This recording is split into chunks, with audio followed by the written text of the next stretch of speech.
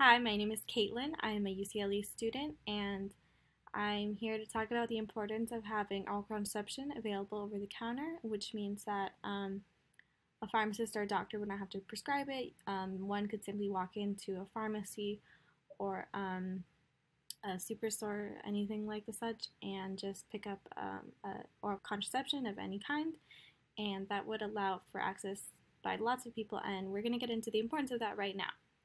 So let's get started. Now we're going to speak to Julissa, a longtime friend of mine and a current student at UC Irvine. So, what is your relationship with oral contraception? I started on oral contraceptive my senior year of high school. Um, it was February of 2019, I believe. And so I had first gone on it because I was getting my period every 2 weeks and it was very heavy and I cramped a lot. And so I mainly just wanted to regulate and be able to go a couple months without getting my period just because of how severe my cramps were. And so I was first put on, it was a newer pill. I don't remember the name. I think it might have been Sprintec. And I ended up being allergic to it. And I didn't stop bleeding for 3 months. And it was really difficult to get an appointment to change which one I was on, just because my provider kept saying, give it more time. But I got to a point where it was enough bleeding that I just scheduled a same day appointment with another physician, and we switched it right away. And that one was doing good for a little bit, but I noticed a change in my mood with that one, even though my periods were getting better and I didn't have any breakthrough bleeding or anything. I was always feeling tired and depressed and just overall just foggy. Um, so I think in September is when I switched over to the NuvaRing. So I currently am not on oral contraceptive. I see. So, it was kind of a challenge trying to find one that works for you, and then in the end, you weren't really able to find one that worked for you. Exactly.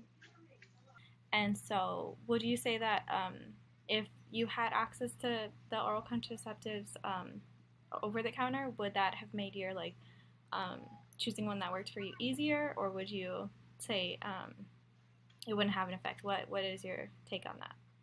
I think it would have been easier to maybe just like try different ones, just because the first one that I was on, I was stuck with it for 3 months.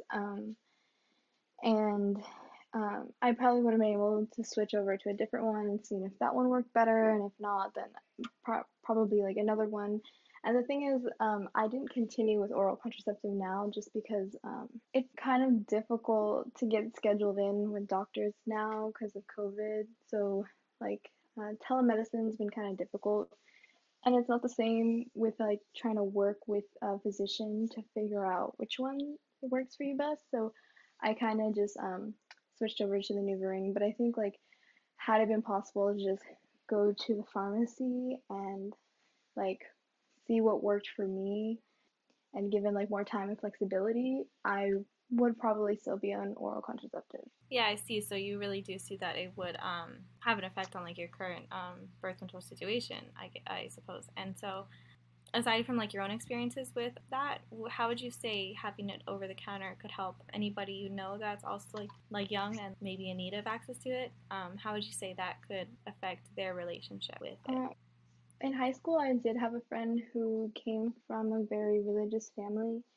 and her mother did not let her get on birth control when she would go with her to the doctor's office. And so our school did have a doctor that would come occasionally and they would be able to prescribe birth control. However, she wouldn't be able to go to the pharmacy near her, and we would have to go during our lunch period.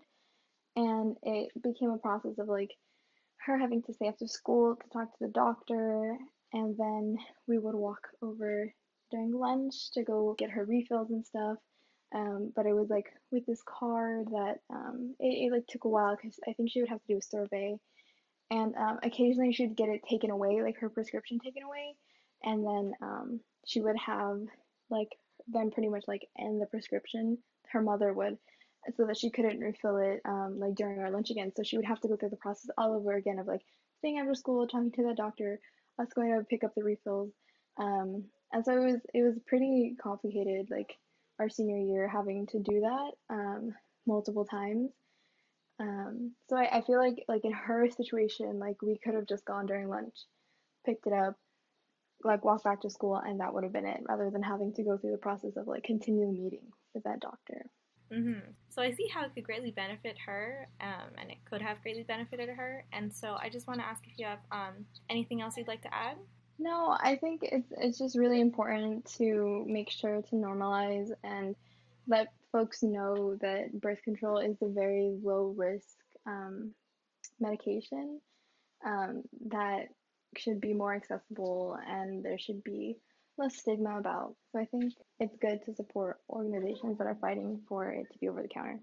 Yes, yes, I fully agree. So thank you so much for your time. I really appreciated chatting with you. It was nice talking to you too. And that's it for now. I hope you were able to learn a bit about the importance of having oral contraception available over the counter for people like myself and Jaleesa and her friend, but also countless other people, not just women, but people in general with uteruses. It is just really important to have it accessible to everybody, and so I hope this message resonates with you. So thank you for listening, and goodbye.